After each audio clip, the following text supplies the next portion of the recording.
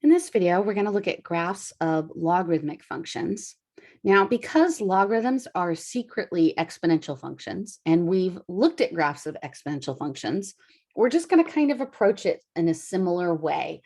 It's not going to be too complicated. So let's go ahead and start with our first equation here. Let's graph f of x equals log base 2 of x. To do that, I'm going to change this to exponential form. So first thing I'm going to do is rather than call this f of x, I'm going to call it y. And then I'm going to change it to exponential form. So that's 2 to the y equals x. And I'm going to graph this.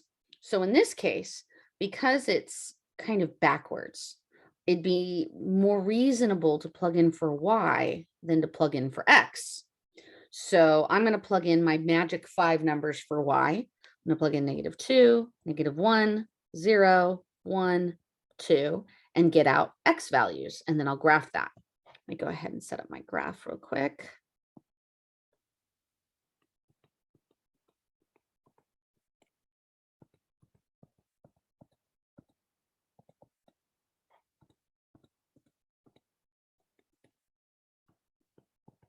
Okay, there we go. So let's go ahead and figure out what we get then for each value. And this is, by the way, like an exact replica of what we did when we did graphing exponentials. And you can go back and look at that if you want. When we plug -2 in for y, we get 2 to the -2, which becomes 1 over 2 squared, which is 1/4. When we raise 2 to the -1, that becomes 1/2. 2 to the 0 comes out to 1. 2 to the 1 is 2. And 2 to the 2 is 2 squared, or 4. All right, so exciting. Let's graph it. So here we go. So this time I'm going to be doing x is 1/4. When I graph it, I read it like a normal ordered pair. So x is 1/4, y is -2. So 1/4 for x, -2 for y would be like somewhere here. 1/2 for x, -1 for y would be here. This is like kind of a badly drawn tick mark. Let me make it a little less.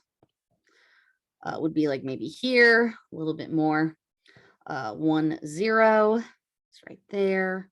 2, 1 is right there. And 4, 2 is right here. Okay, so basically we're taking all the ordered pairs we had for 2 to the x and we're swapping them. It is the reverse x and y for f of x equals 2 to the x, which is a big fat duh, because this is the inverse of that. And the inverse switches the x's and the y's. That's the whole point. So instead of having a horizontal asymptote, we actually have a vertical asymptote at the y-axis. And we are not going to be able to plug in negatives. We've talked about that before. So let's just kind of sum up this information about the logarithm. So graphically, if we are working with the function, for some reason the book switched to g of x, that's fine. We'll use that. G of x equals log base b of x.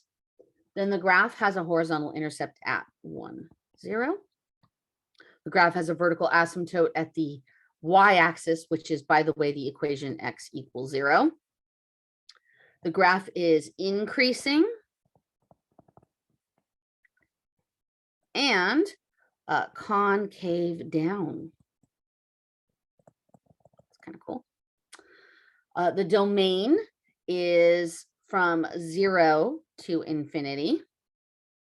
And the range is -infinity to infinity. It's the exact opposite domain and range of 2 to the x. We're swapping the domain and the range. Okay, real quick, they did make a nice little note for us. If you end up sketching a general logarithm with base b, it can be helpful to remember that the graph will pass through the points 1, 0 and b1. Just kind of helps you when you think about the basic graph of that. Okay, so they want us to kind of look at some graphs here. They've already pre-done for us. You can see that the log base 2, which is what we just drew, is in red. The natural log is in green, and then log base 10 is in blue. And what we're kind of seeing, I hope you kind of are seeing, that the higher the base gets, the flatter the graph starts to look. Okay. And really, if it's an exponential function, it's shooting off more rapidly, but because of the inverse fact, it kind of ends up looking like this. All right. And that's what they just kind of summed up right here. So let's find the domain of a logarithm that doesn't have just an x, that actually has something more exciting going on. So we know if it was just an x, that we're basically have to have positives put in there, right? Positive numbers only. So in order to figure out what we can plug in, let's go ahead and say that this has to be bigger than 0. And let's solve this little inequality. So I'm going to minus the 5 and divide by -2. And whenever you divide by a negative with inequalities, you flip the sign. So x needs to be less than 5/2.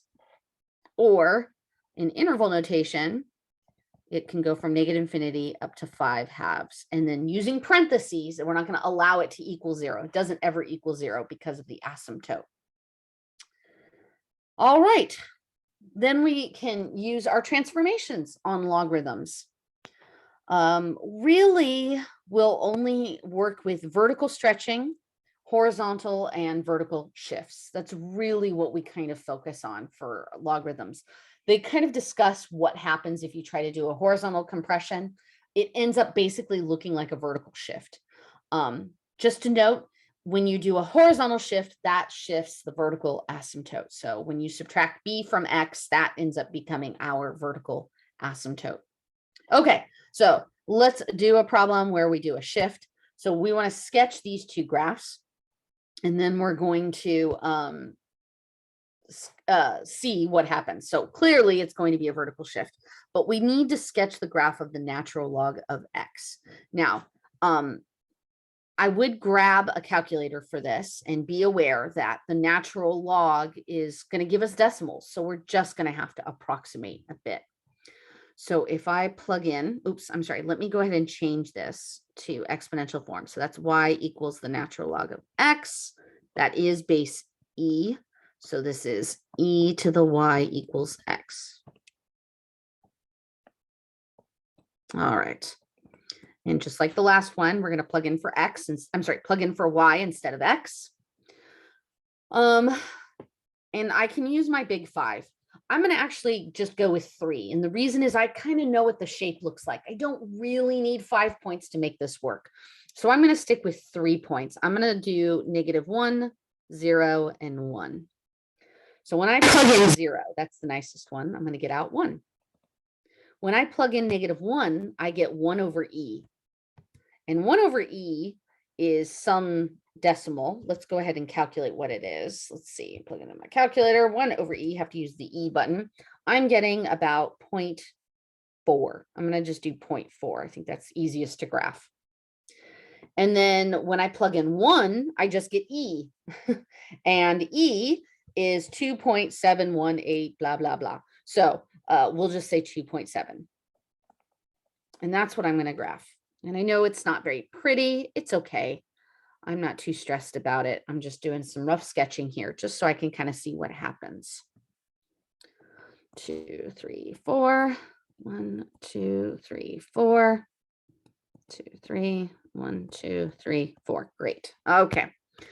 So when I plug in x equals 0.4, that's almost halfway, just a little shy of halfway. I'm at -1, and then 1, 0, and then 2.7 and 1. Something like this. There we go. That's the natural log. It kind of looks like it touches, so not happy.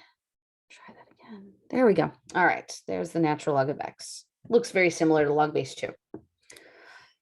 Now the shifted version of this, that's f of x then. G of x is basically just going to take all of my points and shift them up 2. So this is going to go up 2. This is going to go up 2, and this is going to go up 2. So this is what g of x looks like. Boring. Great. So x plus 2 then is going to be very similar, but there's going to be a horizontal shift this time.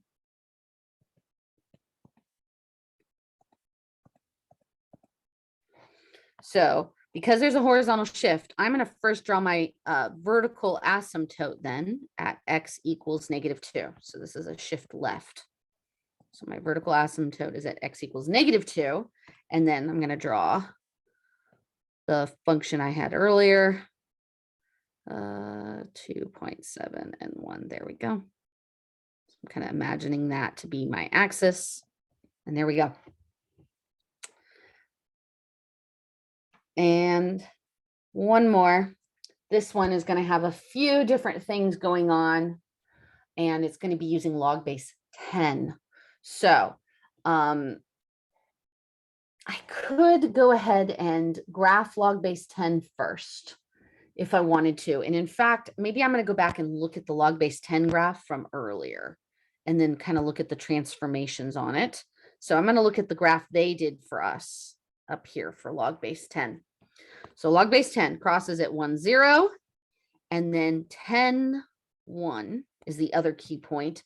And then you could see that that blue graph gets super close to the axis. So I'm going to use those 2 points as what I'm going to be kind of working with. Okay. So let me go ahead and go down here. I'm going to re-sketch this, and then we'll use the transformations to do the final graph. Okay. So I'm going to do a little sketch of log base 10. 1, 2, 3, 4, 5, 6, 7, 8, 9, 10. Okay, so it went through 1, 0, and then 10, 1, and it got really close to the y-axis right away here. Sorry, let me kind of try to clean that up. It's a little bit sloppy.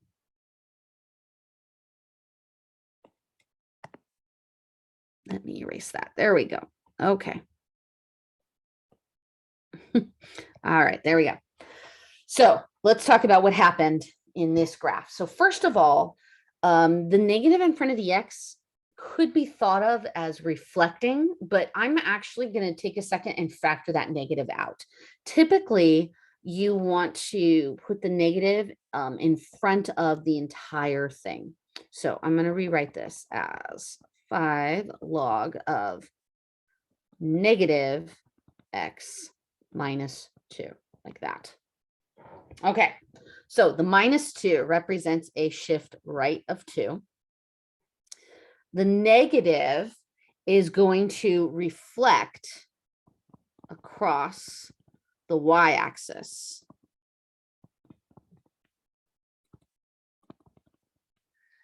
And then the 5 is going to stretch our graph by a factor of 5.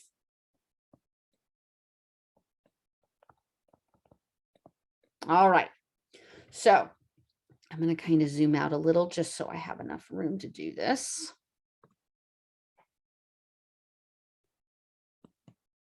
And still reference the original graph. So instead of going up 1, I'm going to, since I'm going to be reflecting, I want to go ahead and give myself some space on the left side this time. So 1, 2, 3, 4, 5, 6, 7, 8, 9. And because it's going to shift, I don't need to go out to 10. And then I need 5 up here. 1, 2, 3, 4, 5. Okay, so instead of starting at 1, 0, it shifts right 2.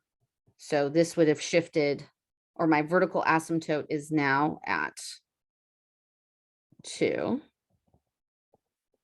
X equals 2.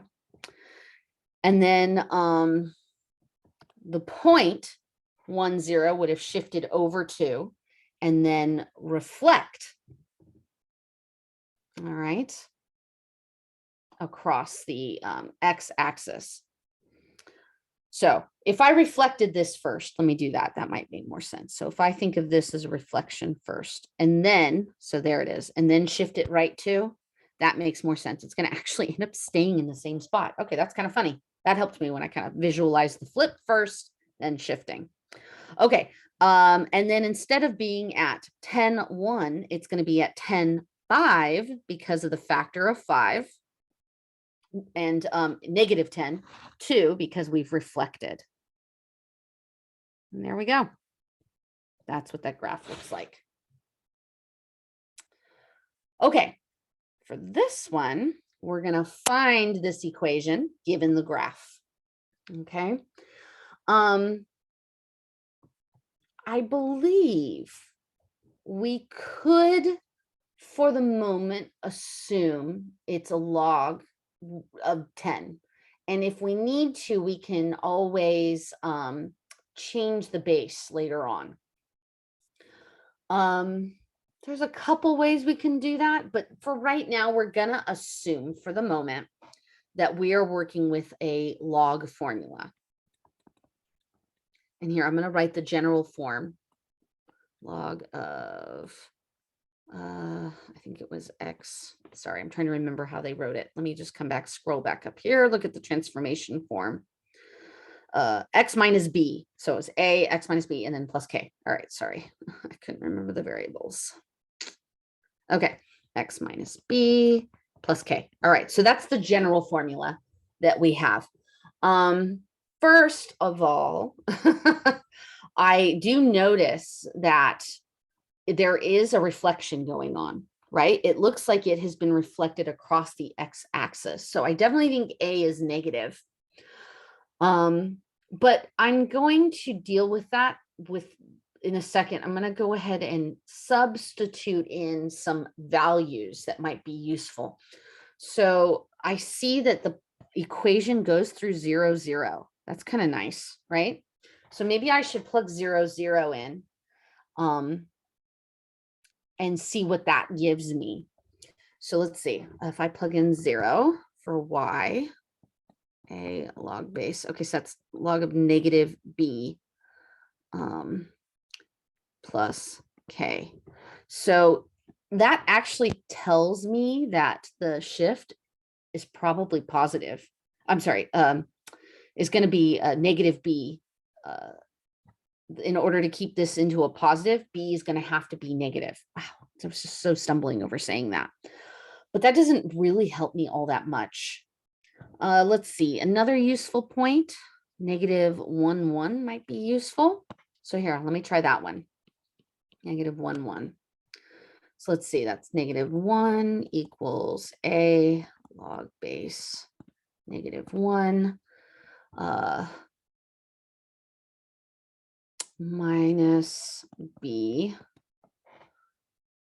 plus k. Wow, that's not all that much helpful either. So maybe I should go ahead and kind of figure out some of the transformations that have occurred. Maybe that would be a little bit helpful to me because I need to figure out either B or K.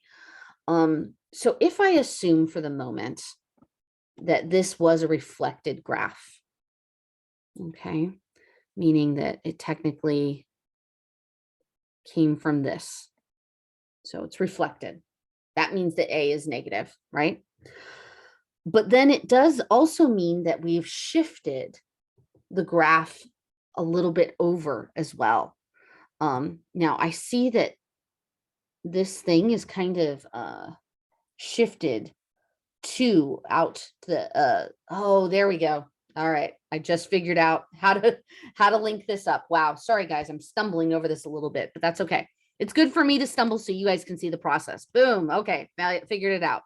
So our vertical asymptote is at x equals negative 2. That is B. We know that. That's B. Cool.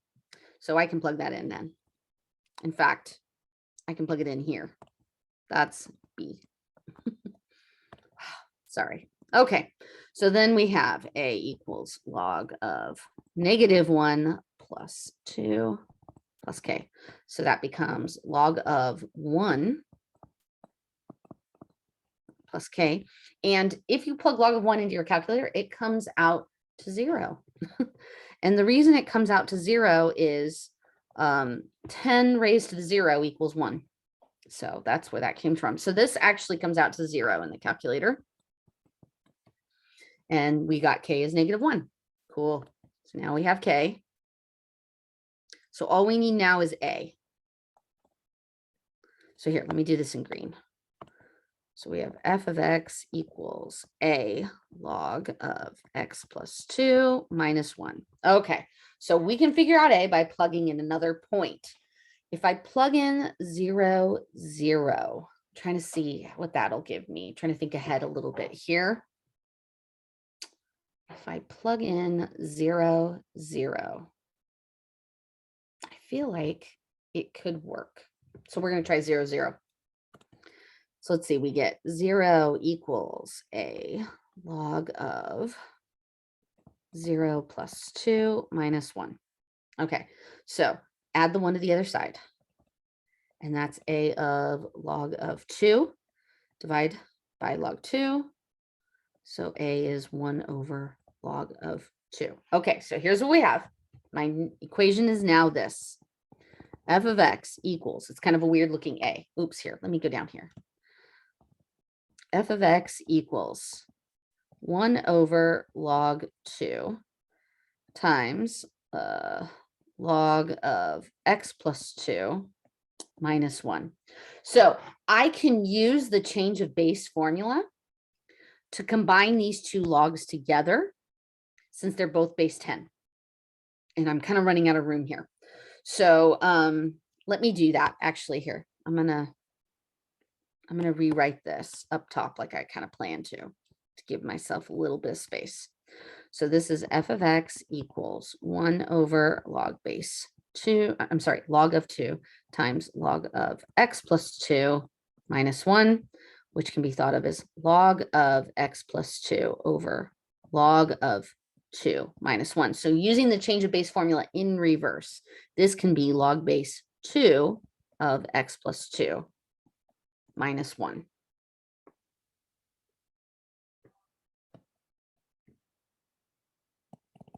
And that's one version of the equation.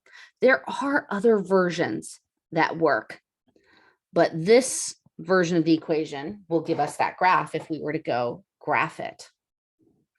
I do feel like I missed a negative somewhere. And I'm not sure where, but this should give us the graph.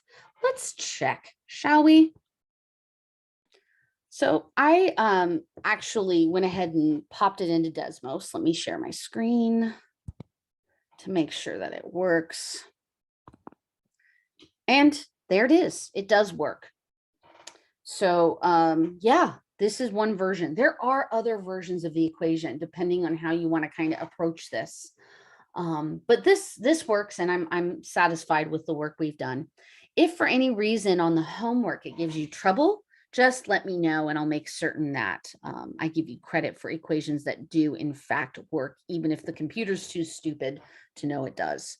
Usually though, they'll give a little guidance and tell you what log base they want you to use to make it a little bit more consistent, since there are multiple answers possible.